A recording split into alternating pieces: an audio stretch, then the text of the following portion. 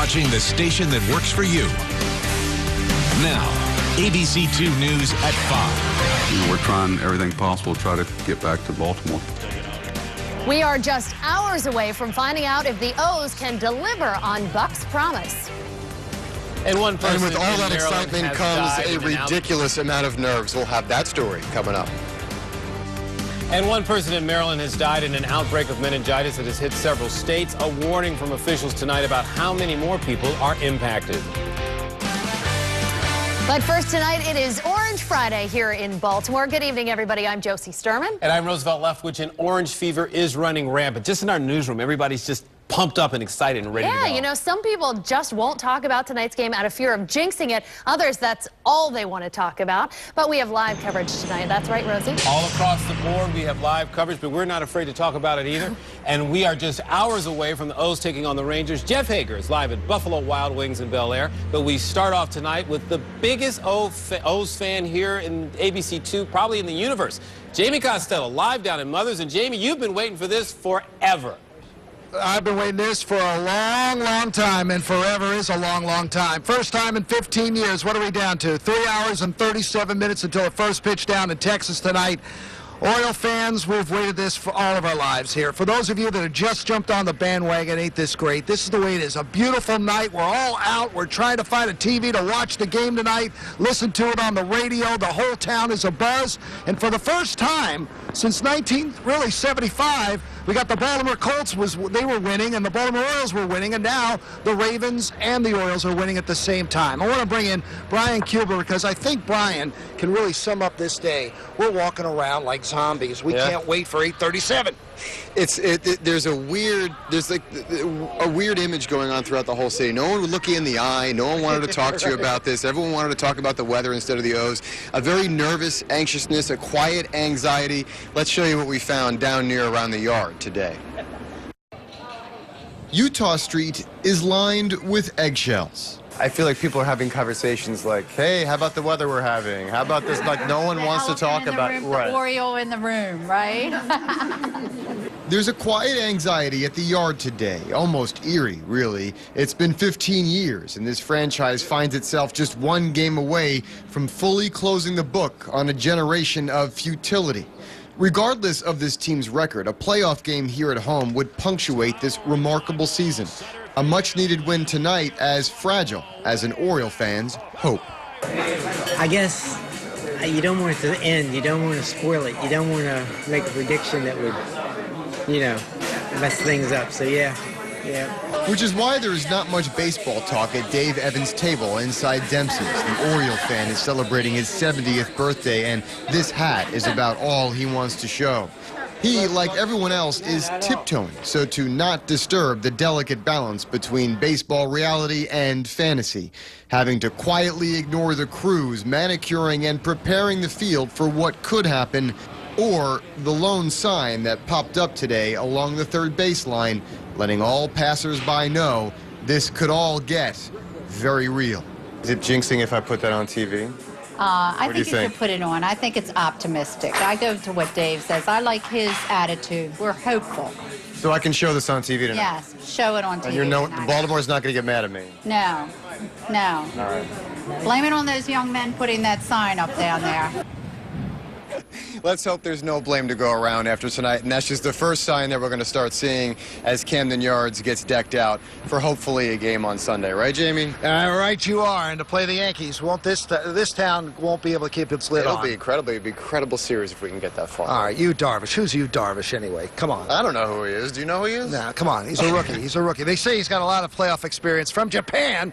All right, listen, tonight, 8:37, we're throwing our guy, Joe Saunders. I'm telling you.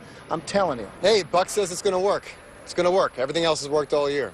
All right, so we're on the streets here in Federal Hill, not far from Cross Street Market, right in front of Mothers. Come on and see us. We'll be here until 7 o'clock tonight. That's right. With Brian Kubler, I'm Jamie Costello. Go O's. Back to you two. Definitely. You guys have some fun down there, and we'll check in with you a little bit later. All right, thanks, Rosie. And everywhere we go in Baltimore, we see orange these days. The good news is we're also finding orange in Texas, too. ABC2 News' Christian Schaefer is live tonight at the ballpark in Arlington. Right now, Chris, how are O's fans in Texas feeling today? They feeling the pressure? I tell you, it's going to be quite an atmosphere out here. It's going to be a lot different from those last 3 regular season games in Tampa. Remember, after that first one, Tampa had nothing to play for. There were not big crowds there earlier this week.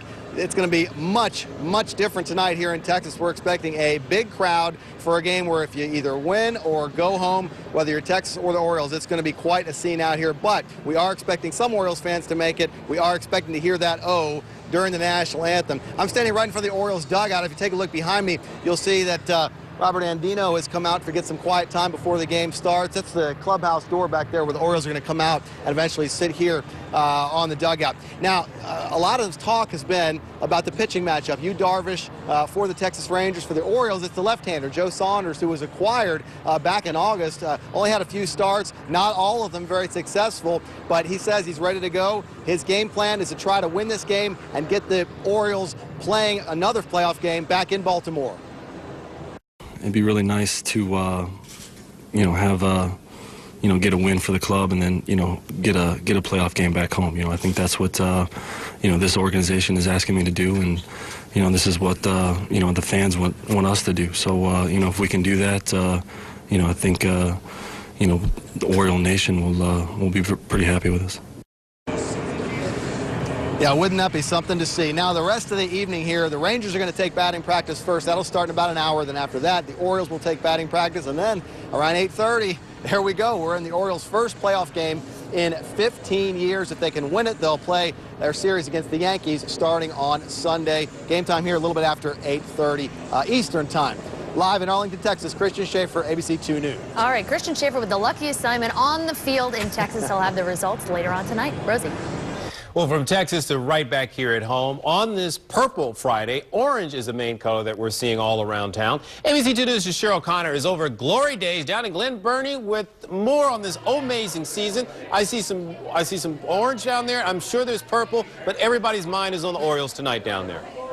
Yeah, Rosie, it's certainly a lot of orange and black going on this Friday. We're 3.5 hours before that first pitch, but the pregame party has already started right here in Glen Burnie at Glory Days. Let me show you. We got plenty of fans that have showed up. Jesse right here from Corcoran Middle School, and all of his teachers are with him. We have the wait staff dressed in O's gear, and we also have a lot of balloons that are decorating this place. Certainly a good time, lots of good fun happening right here on this Friday night. So Jesse, tell me, you've been here for how long now? About 3 hours. 3 hours. Are you staying for the game? Yes, I am. Oh my goodness, are you going to be awake for the game? Yes, I will. So tell me, have you always been an Orioles fan, or are you jumping on the bandwagon? I've been a News fan for a while now. Love Baltimore, it's a good city, so a little while, about 5-6 years. Yeah, you've waited a long time for this. Do you ever remember them going to the playoffs? No, I remember Cal Ripken, pretty much his big day, but going to the playoffs, no, I don't remember. 15 years ago, long time. They're behind you talking about bring the pie. Is that going to happen on live television? No. Come on over here. Do you have the pie? No, I was just going to say, because he was saying how much he loves lemon meringue pie. And, I thought this would be a great time to bring the lemon meringue pie out there. But we're not going to do that because we're all teachers and we're way too sophisticated. I think it's a place to be non-sophisticated, though, a couple of hours before the game. Jill is one of the bartenders here. Tell me, what is business like for you? It must be crazy this week. Business has been crazy. We're expecting a huge crowd tonight for the game. This is the first time in a long time that people have been more excited about the Orioles in October than they have the Ravens. Yeah, so you have more people showing up at the bar. What has business been like? For every single game, we've had a full house, so we're expecting a huge crowd for tonight. All right, have fun, Jill.